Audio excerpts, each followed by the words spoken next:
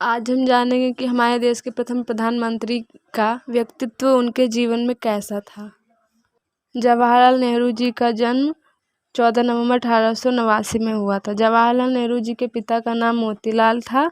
ये पेशे से सफल वकील थे। मोतीलाल और इनके पूर्वज कश्मीरी पंडित थे। ये कश्मीर से उत्तर प्रदेश आ गए थे और नेहरू जी का घर उत्तर प्रदेश में एक नहर के पास था, इसलिए इनको नेहरू के नाम से भी जाना जाने लगा।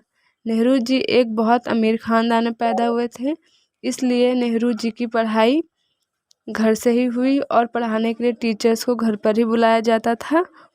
और फिर बाद में जवाहरलाल नेहरू जी को इंग्लैंड में होरो स्कूल में भेज दिया गया। स्कूल की पढ़ाई खत्म होने के बाद जवाहर जी ने ट्रिनिटी कॉलेज कैम्ब्रिज से अपनी ग्रेजुएशन पूरी की नेचुरल साइंस के साथ। लेकिन इसके बाद इन्होंने वकालत की पढ़ाई शुरू की और फिर 1912 में वकील बन गए।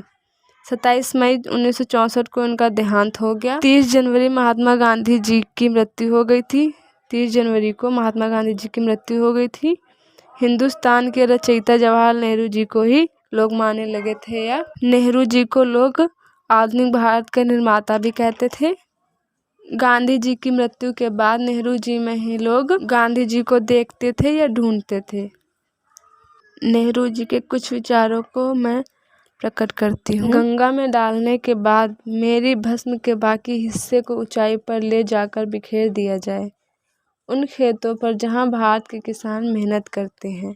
भारत युद्ध का नहीं बल्कि प्रेम का देश है। दूसरे हमारे बारे में क्या सोचते हैं, उससे कहीं अधिक मायने ये रखता है कि हम वास्तव में कैसे हैं। जवाहरलाल नेहरू का बच्चों के बीच में बहुत अच्छा व्यवहार था।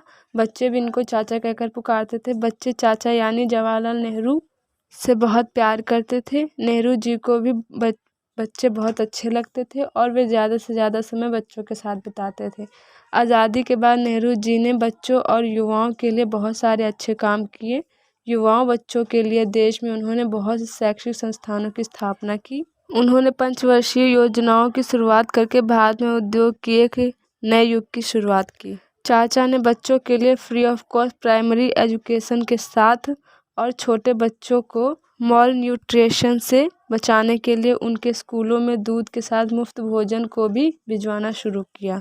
नेहरू जी का मानना था कि बच्चे देश का भविष्य हैं, इसलिए उनकी केवल सही शिक्षा, देखभाल और विकास के रास्ते पर चलाकर इसलिए जवाहरलाल नेहरू जी की मृत्यु के बाद उनको सम्मान देने के लिए जन्मदिन की तिथि यानी 14 नवंबर को बाल दिवस मनाया जाता है।